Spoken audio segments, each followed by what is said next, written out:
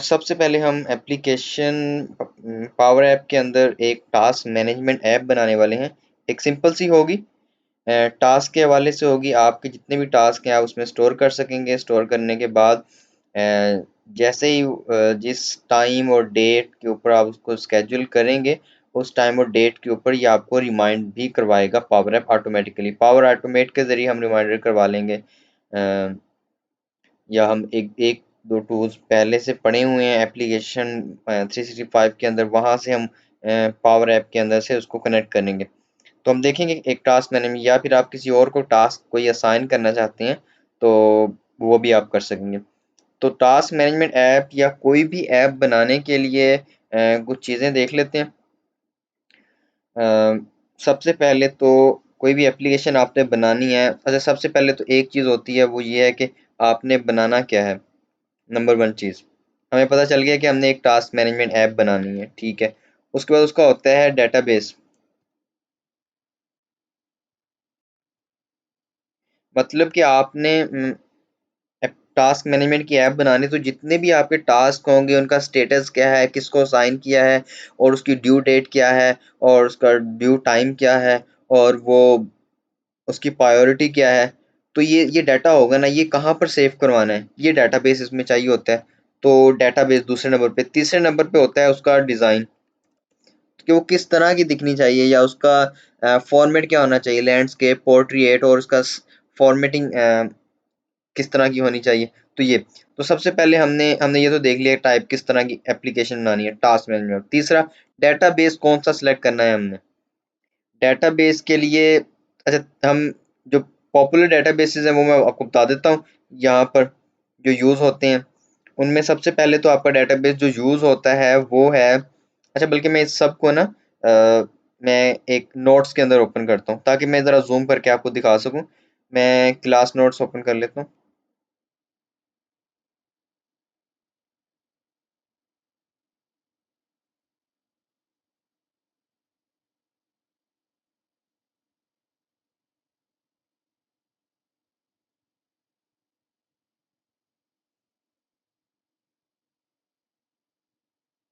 अच्छा, एक नोटबुक मेरे पास पहले की पड़ी हुई है, मैं इसी के अंदर एक एक एक सेक्शन एक और ऐड कर लूँगा।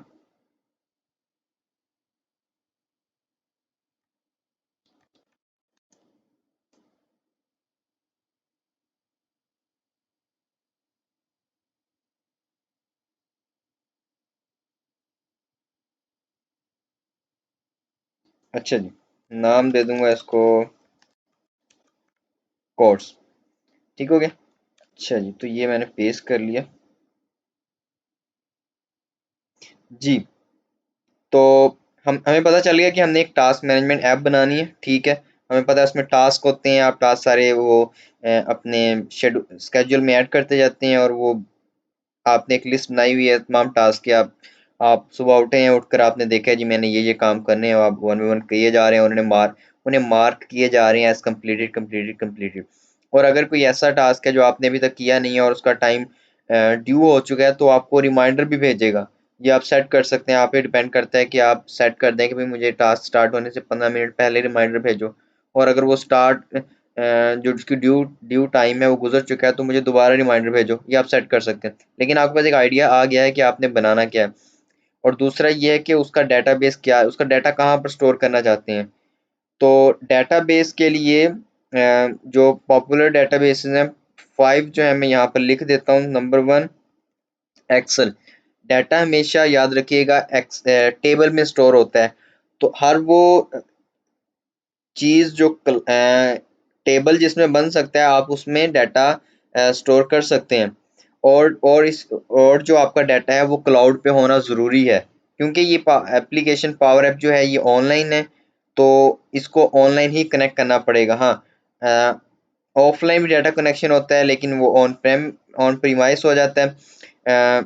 हम उसको कवर नहीं करेंगे, वो पहले होता था जब जब क्लाउड कंप्यूटिंग नहीं होती थी, वो पुराना हो चुका है। अब सब कुछ जो भी हो रहा है वो क्लाउड पे हो रहा है, तो हम क्लाउड को ही लेकर चलेंगे। तो जितने भी हम देखेंगे, अच्छा कोशिश ये करनी है कि आपका जो इन्वायरमेंट है इसके अंदर जितने भी डाटा आपके क्लाउड स्टोरेज हैं उनके अंदर ही आप उसको डाटाबेस के तौर पर यूज़ करें। मिसाल के तौर पे वन ड्राइव आपका डाटा बेस है, एक क्लाउड स्टोरेज है। उसके बाद जो दूसरे नंबर पे है शेयर पॉइंट, एक क्लाउड स्टोरेज है। लिस्ट इसी लिस्ट और एक्सेल इन्हीं के अंदर सेव हो रहा होता है, लेकिन ये क्लाउड स्टोरेजेस है आपके, ठीक है। तो कोशिश करनी है इन्हीं 365 के अंदर जो भी रिसोर्सेज हैं इनको यूज़ करते हुए आपने जो बनाना है बना लें। अगर आपको कोई ऐसी चीज़ चाहिए जो इनके अंदर उनकी फंक्शनैलिटी नहीं है, तो आपको मैंने जो कनेक्टर्स दिखाए थे उनकी तरफ जाएं और वहां से उनको कनेक्ट करें, ठीक है। अगर आपको इस इन्वायरमेंट के अंदर सब कुछ पड़ा हुआ मिल जाता है तो आपको बाहर जाने की जरूरत नहीं है। तो हमें यहाँ डेटाबेस के लिए फिलहाल क्लाउड स्टोरेज चाहिए, तो हमारे पास दो ऑप्शन है, वन ड्राइव और शेयर पॉइंट। अब इन दोनों में से किसी एक को as a cloud storage use कर सकते हैं। अच्छा, वन ड्राइव और शेयर पॉइंट में क्या फ़र्क है मैं थोड़ा सा बता देता हूँ।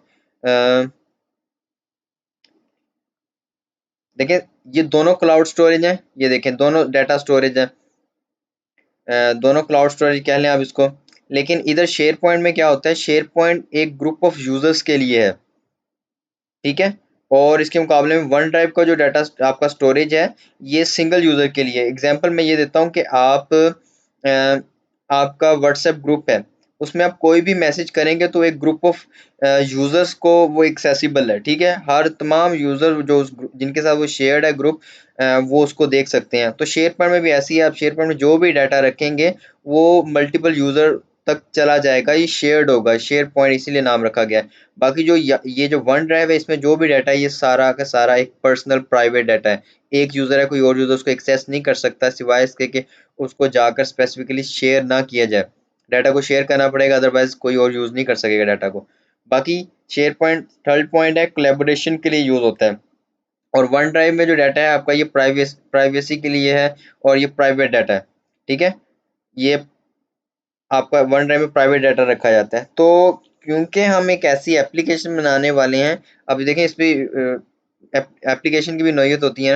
एप्लीकेशन हमने टास्क मैनेजमेंट ऐप बनानी है, तो अगर तो आप सिर्फ पर्सनल टास्क मैनेजमेंट ऐप बनाने वाले हैं, आपने किसी और को टास्क नहीं साइन करने या किसी और ने आपको टास्क नहीं साइन करने, फिर तो आप वन ड्राइव को यूज़ कर सकते हैं क्योंकि पर्सनल है। लेकिन अगर आप बाकियों को इन्वॉल्व करने वाले हैं, अपनी कोई टीम मेंबर्स हैं या अपने इन्वायरमेंट, अपनी कंपनी या अपने इदारे के अंदर किसी और को भी आपने टास्क साइन करना है, तो आप शेयर पॉइंट यूज़ करेंगे। तो हम क्योंकि यूज़ करने वाले हैं बाकी लोगों को भी साइन करें, तो हम शेयर पॉइंट यूज़ करेंगे, ठीक है। अच्छा, मैं डाटा बेसिस का बता रहा था, क्लाउड स्टोरेज की तरफ चले गए हम। सबसे पहले एक्सेल आ जाता है, दूसरे नंबर पे आता है आपका share point, share point list, ठीक है। अ, उसके बाद अच्छा, ये तो हमने देखा वन ड्राइव और शेयर पॉइंट, ये तो क्लाउड स्टोरेज है, लेकिन ये एप्लीकेशन है जिनके जरिए से हम टेबल्स बना सकते हैं, उन टेबल्स के अंदर डाटा स्टोर होगा, ठीक है। एक्सेल हो गया, शेयर पॉइंट लिस्ट हो गया, थर्ड पे आता है डाटावर्स। अच्छा, डाटावर्स क्या है? डाटावर्स ये, अच्छा एक्सेल तो नॉर्मली ऑफिस के साथ यूज होता था, शेयर पॉइंट आ गया, ठीक है। लेकिन डाटावर्स जो है ये स्पेसिफिकली ये डिज़ाइन ही पावर प्लेटफॉर्म के लिए हुआ है। ये देखें, पावर ऐप के अंदर ही ये डाटावर्स का टेबल पड़ा हुआ है। अभी फिलहाल नहीं बना हुआ, लेकिन इसको आप यहाँ से बना सकते हैं। तो ये स्पेशली डिज़ाइन ही डाटावर्स पावर प्लेटफॉर्म के लिए हुआ है। तो तीसरे नंबर पे इसको डाटावर्स को इसकी जो सॉर्टिंग है वो मैं बताता हूँ किस वे में की गई है। और चौथे नंबर पे जो है आपका सीक्वल है, ठीक हो गया। उसके बाद माई एसक्यूएल आ जाता है या बाकी एंड सो ऑन चलते रहते हैं। लेकिन ये टॉप फोर जो है ना, ये माइक्रोसॉफ्ट के इन्वायरमेंट के अंदर ही है। आप इनको डाटा सोर्सेज तो आप इनको ही यूज़ कर सकते हैं। अगर आपकी मजबूरी है या क्लाइंट कह रहा है या आपको यूज़ करना है, तो आप अदर तब उसकी तरफ जाते हैं, वरना आप इन्हीं को यूज़ करके आप कर सकते हैं जो कुछ भी करना चाहते हैं। तो इनकी जो सॉर्टिंग है वो बाय लिमिट्स है, इनकी लिमिट्स हैं। लिमिट क्या है एक्सेल की? अच्छा, एक्सेल की वैसे जो लिमिट है ना, मैंने लिखी होगी यहाँ पर कहीं। जी, अच्छा मैंने ना ऊपर बनाया भी हुआ है, ये देखें। एप्लीकेशन जो होती है उसमें एक तो उसका जीयूआई होता है और उसका बाकी एक डेटाबेस होता है, ठीक है। खैर मैंने आपको वहाँ से कवर करवा दिया। लेकिन खैर देखें, एक्सेल है हमारे पास, शेयरपॉइंट लिस्ट है, डेटाबेस है और सीक्वल है। एक्सेल की जो अपनी लिमिट है वो तकरीबन 10,48,575 है, ठीक है। शेयर पॉइंट की है 30 मिलियन अप टू, और ये डेटावर्स की बिलियन के अंदर आ जाती है, और सीक्वल की तो इसी इसी हवाले से है। तो लिमिट्स हैं, एक्सेल की सबसे कम लिमिट है, फिर उसके बाद शेयर पॉइंट है। लेकिन जब ये पावर ऐप के साथ काम करते हैं ना, तो पावर ऐप के साथ काम जब हम कनेक्ट करते हैं तो लिमिट्स और कम हो जाती हैं। तो एक्सेल जब पावर ऐप के साथ कनेक्ट होता है तो लिमिट सिर्फ कम होकर 500 रोज। अच्छा, ये डाटा है क्या, मतलब लिमिट्स किस चीज़ की है ये लिमिट है रोज की, नंबर ऑफ रोज, कितनी रोज का डाटा आप पावर ऐप के अंदर उसको रीड कर सकते हैं, पावर ऐप के अंदर ला सकते हैं। तो 500 की लिमिट है एक्सेल की। शेयर पॉइंट की लिमिट है 2000 है, बाकी सबकी 2000 है, लेकिन सबसे कम है एक्सेल की लिमिट। और नेक्स्ट पॉइंट आता है इसका कि इसकी जो ये पेड है या फ्री है। बाकी जो एक्सेल है, शेयर पॉइंट, ये दो जो है ना, ये बेसिक लेसन आपके पास जो है ना पावर ऐप का, पावर ऐप तो नहीं, माइक्रोसॉफ्ट का जो बिजनेस लाइसेंस है या बेसिक जो लाइसेंस आप यूज कर रहे हैं उसके साथ ये फ्री होता है, एक्सेल और शेयर पॉइंट। लेकिन जो डाटावर्स और शेयर सीक्वल है उसको यूज करने के लिए सेपरेट से प्रीमियम लाइसेंस आपको चाहिए होता है। ठीक हो गया। और मेन यूजेस जो है, एक्सेल तो मेन ऑफिस यूज के लिए है, बाकी शेयर पॉइंट ऑफिस यूज के लिए भी है, बाकी स्टोरेज के लिए डाटा स्टोर कर सकते हो, फाइल्स वगैरह। बाकी जो ये जो है डाटावर्स और सीक्वल, ये प्रोफेशनल डेटाबेसेस हैं। लेकिन इनमें डिफरेंस हमने देख लिया, लेकिन पॉइंट के साथ एक दो हैं कि डेटावर्स और सीक्वल शानदार हैं डेटाबेसेस, बड़ी अमाउंट का डाटा आप इसमें रख सकते हो, लेकिन डिसएडवांटेज ये है कि ये प्रीमियम है। ठीक हो गया। तो जो आप ऐप बनाने जा रहे हैं तो आपने उसको देखना है कि उसकी रिक्वायरमेंट क्या है, क्या हमें वाकई भी इतने बड़े बड़े डाटाबेसेस चाहिए, इस तरह डाटावर्स है, सीक्वल है। अगर चाहिए तो आप फिर प्रीमियम की तरफ जाएं, वरना आप फ्री वाले के साथ भी काम चला सकते हैं, अगर आपकी एप्लीकेशन की रिक्वायरमेंट ज़्यादा डाटा की है ही नहीं। तो ज़्यादा एक्सेल की लिमिट बहुत कम रह जाती है 500, और ये 500 के साथ भी सही नहीं काम करता। वजह ये है कि सिर्फ 500 नहीं वैलिड, जिस एक्सेल फाइल के साथ कनेक्ट कर रहे हैं उस एक्सेल का मैक्सिमम साइज 2 MB होना चाहिए। 2 MB से ज़्यादा होगा तब भी ये काम नहीं करेगा। तो ये एक्सेल तो बहुत छोटा पड़ जाता है। तो एक्सेल को मैं भी रिकमेंड यही करूँगा कि बिल्कुल मत यूज़ करिएगा।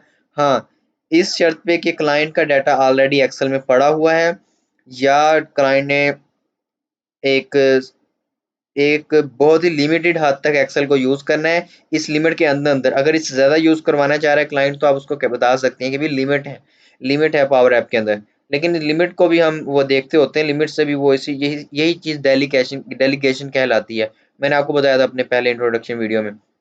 तो यही डेलीगेशन है। तो हम जब यूज़ करेंगे तो हम देखेंगे किस तरीके, लेकिन जो डायरेक्ट तरीका है वो 500 का है। फिर इनडायरेक्टली आप फिर करते हो, लेकिन कितना कर लोगे आप, 500 को 2 से मल्टीप्लाई 1000 कर लोगे, 1500 कर लोगे, लेकिन इससे ज़्यादा नहीं आप कर सकते। ठीक हो गया ना। तो उम्मीद है आपको ज़रा इसका कंसेप्ट क्लियर हुआ होगा। एक्सेल की limit 500 rows plus 2 MB of file, जो साइज़ है एक्सेल की आपकी फाइल है, दोनों चीज़ें, दोनों में से कोई चीज़ बढ़ गई या इक्वल हो गई, इक्वल पे तो उम्मीद है चल जाएगा, लेकिन बढ़ गई तो नहीं काम चलेगा।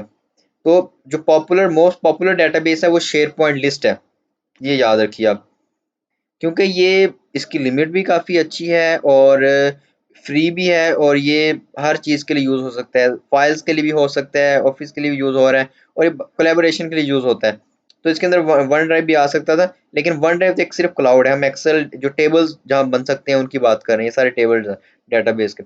तो शेयर पॉइंट ठीक है। तो आप जो एक एप्लीकेशन बनाने वाले हैं उसकी क्राइटेरिया के ऊपर डिपेंड करता है कि आपने कौन सा डेटाबेस सेलेक्ट करना है, लेकिन सजेशन और रिकमेंडेशन यही होती हैं कि एक्सेल की तरफ मत जाएं, और प्रीमियम की तरफ सिर्फ तभी जाएं अगर आपको ज़रूरत है, अदरवाइज आप शेयर पॉइंट के साथ बिल्कुल स्टिक कर सकते हैं, चिपके रहें इसके साथ, ये बिल्कुल बेहतरीन चल रहा है। तो हम वापस आ जाते हैं। हमने देख लिया डेटाबेस में क्या क्या होता है, और इसकी जो